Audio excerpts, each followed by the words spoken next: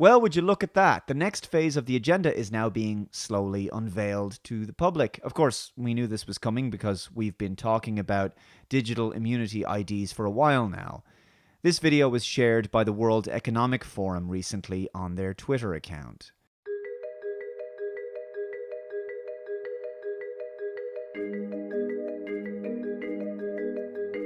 So, they're going to tell us how this CovidPass app will help to revive global travel and large events during the pandemic. So, no going back to freedom until you conform to this new abnormal world of tighter top-down control. Notice that they do the same thing that we've seen in other similar propaganda videos, the upbeat, happy xylophone music that's designed to put people into a kind of trance about the messages they're seeing. So here's the new dystopian world. A woman at the airport screening, she hands in her passport, she's got a mask on, and the two people behind her in the queue, they also have masks on. One of them is wearing a face shield, because people are easily controlled by media propaganda, of course. The new face of the human race is a mouthless, muzzled submissive, as Peter Hitchens described it. The text reads, enabling people to visit countries, conferences, and sports events safely. They already can, thanks to the power of the human immune system and herd immunity, but apparently now we're all supposed to be enslaved to our fear of disease and germs. Users will have their blood screened at an approved CovidPass laboratory. Again, users will have their blood screened at an approved CovidPass laboratory. So now they literally want your blood. Again, the technocrats behind this crisis have forced the populace into compliance with masks. You can't get on public transport or go to the grocery store without them in some places. Then the slippery slope leads to you can't travel or attend public gatherings without a health passport identification system of some kind.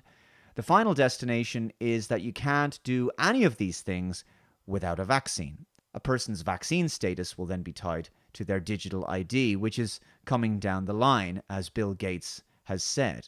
Eventually, what we'll have to have is certificates of who's a recovered person, who's a vaccinated person, because you don't want people moving around the world. So eventually there will be sort of this digital immunity proof that will help facilitate the global reopening up. I've discussed all of this in a previous video called Digital Immunity Passports Are Coming. If it wasn't bad enough that there's situations where travelers are quarantined upon arrival in some countries and coerced into being tested, now they want your blood as well.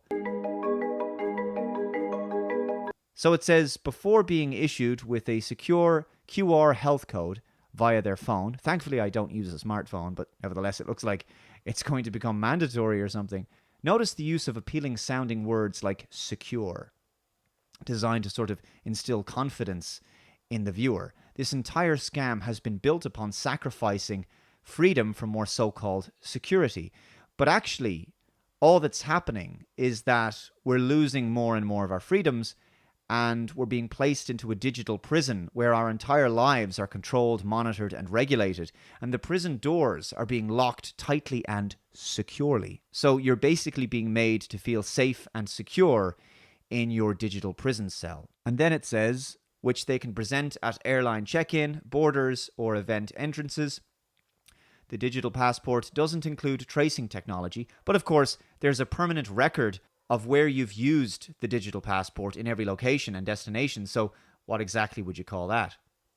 Preserving data privacy while saving time and money. Such muddying of the waters. The data is presumably going to be in the hands of these healthcare agencies, private companies, and the government. I mean, that's who you're giving it to. Increasingly, we're having to ask our governments for permission to do almost anything because they're becoming the prison guards.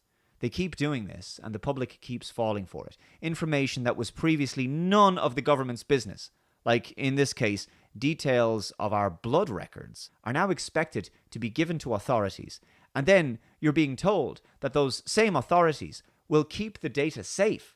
Such personal information is safer if no one else has their hands on it except my own doctor. Authorities are now demanding that you hand it over and telling you that you can basically trust them, right? You can trust them with your information. You're being told that you can entrust your private health information to the government, just as you're being told to trust the mainstream media, politicians, and so-called health experts. Why should you trust them? Why should we believe they'll keep us safe when we're not safe from them? The government just took all your rights and freedoms from you, and now we're supposed to believe, when they mandate all these kinds of immunity passports, that it's all in our best interests?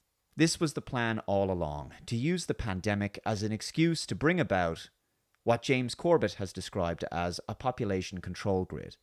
As for saving time and money, well, the COVID hoax was the biggest time and money waster of all, as it crashed the global economy and put millions of people out of work and destroyed many SMEs. The elites create the problem, which generates a reaction, and then they provide the solution, which just so happens to further increase their authority, power, and control while reducing our freedoms. CovidPass's creators say that by using blood test data, it's 100% reliable and could ensure only non-infectious people travel across borders. But how many tests would you need to get? Would you need to get tests on an ongoing basis or something? The test is presumably just finding antibodies for coronaviruses, but apparently a person could test positive some other time. So you're only as good as your last test anyway. But regardless, this is all very disturbing. The future looks like one where humans see themselves as a constant potential biohazard to each other, and they obsess about being infectious to the next disease that the government and the media tell us to be afraid of.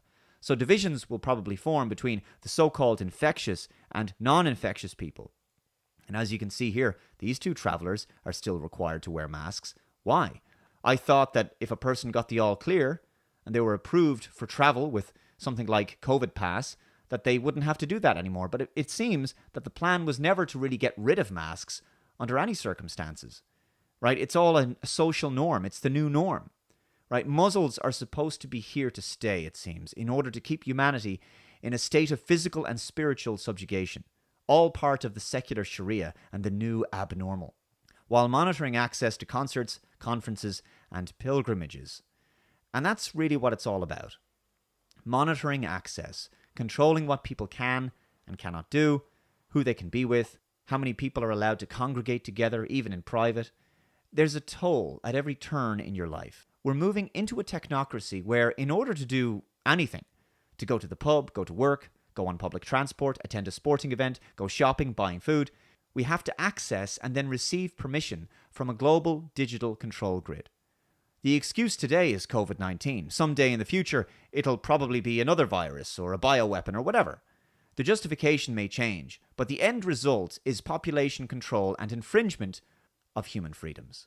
It uses real-time automated epidemiological data and blockchain technology that could help countries manage future waves of COVID-19 or other epidemics. Wow, it's almost like they can see the future without the need for a total lockdown. So there it is. Remember lockdown, plebs? You hated that, didn't you? Forced isolation and quarantine was painful. Remember 2020? Wasn't that an awful year of your life? Remember how we ruined your life and took away your freedoms? Remember the loneliness, the job losses, the friends and family you couldn't see, the holidays you had to cancel, the elderly relatives you couldn't be with in their final hours, the funerals you couldn't attend, the social life you lost? Remember how depressing and joyless it was? How scary it was? You wouldn't want to go back to that, would you? Well, good news. Just comply with this new CovidPass system, and we won't lock you down again. The lockdown was all about trying to train and break the populace into compliance. CovidPass plans to launch in September.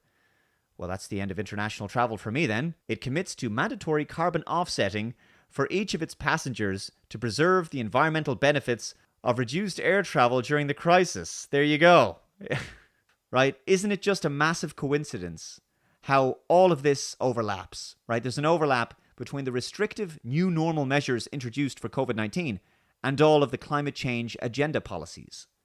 The left has been obsessed with reducing movement of people and infringing on our liberties in the name of reducing carbon emissions as part of their climate change scam.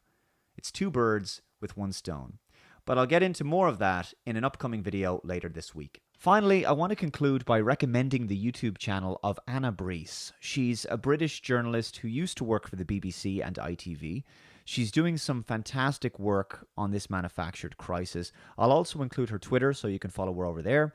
But one of the things I really appreciate that she's doing is She does this thing where she allows her audience to send her their videos and tell their stories, how lockdown and the economic shutdown has affected their lives, and when and why they started to question the mainstream news media narrative.